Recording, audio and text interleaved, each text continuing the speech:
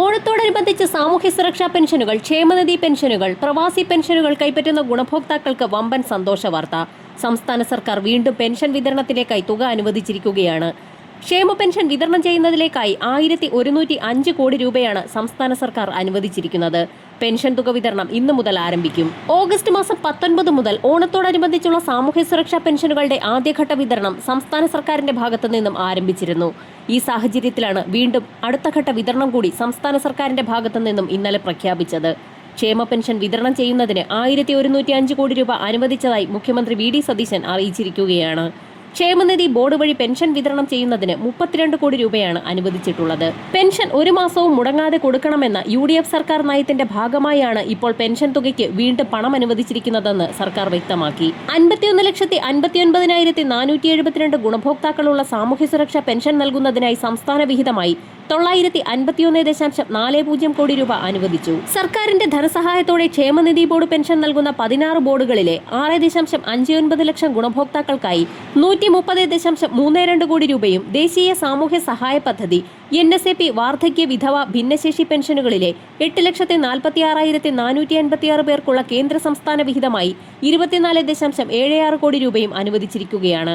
August 31-നകം വിതരണം പൂർത്തിയാക്കും. August മാസം 19 മുതൽ തന്നെ സർക്കാർ സാമൂഹ്യ സുരക്ഷാ പെൻഷനുകളുടെ ഭാഗിക വിതരണം ആരംഭിച്ചിരുന്നു.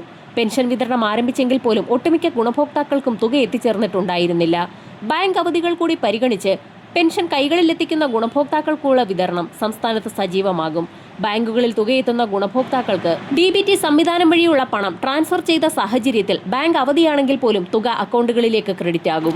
ജീവനക്കാർക്കും അധ്യാപകർക്കും 4,500 രൂപ ബോണസും 20,000 രൂപ ഓണ അഡ്വാൻസും, ബോണസിന് അർഹതയില്ലാത്തവർക്ക് 3,000 രൂപ ഉത്സവ ബത്തയും, പാർട്ട് ടൈം കണ്ടിൻജന്റ് ജീവനക്കാർക്ക് 6,000 രൂപ അഡ്വാൻസും, സർവീസ് പെൻഷൻകാർക്ക് 1,250 രൂപയും, ആശാ അംഗനവാടി പ്രവർത്തകർക്ക് 1,450 രൂപ ഉത്സവ ബത്തയും അനുവദിച്ചു.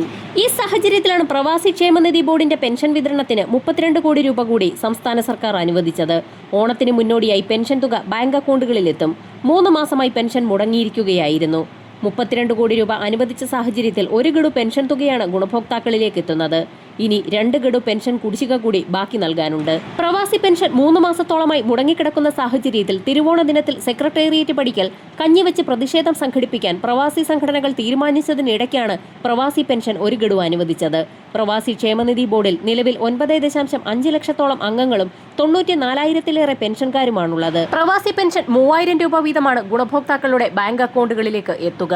വിവിധ മേഖലകളിലേക്കുള്ള ആനുകൂല്യങ്ങളും കുടിശ്ശികകളും സർക്കാരിന്റെ ഭാഗത്തു നിന്നും പ്രഖ്യാപിച്ച സാഹചര്യത്തിൽ ഓണത്തോടനുബന്ധിച്ച് ഗുണഭോക്താക്കൾക്ക് വലിയൊരു ആശ്വാസമായി മാറിയിരിക്കുകയാണ്. ഓഗസ്റ്റ് മാസം 31 വിതരണം പൂർത്തിയാകും. കൂടുതൽ പ്രഖ്യാപനങ്ങൾ ഉടൻ തന്നെ സർക്കാരിന്റെ ഭാഗത്തു നിന്നും ഉണ്ടാകും. വരും മണിക്കൂറുകളിലെ സർക്കാർ അറിയിപ്പുകൾക്കായി ചാനൽ സബ്സ്ക്രൈബ് ചെയ്യാൻ മറക്കാതിരിക്കുക.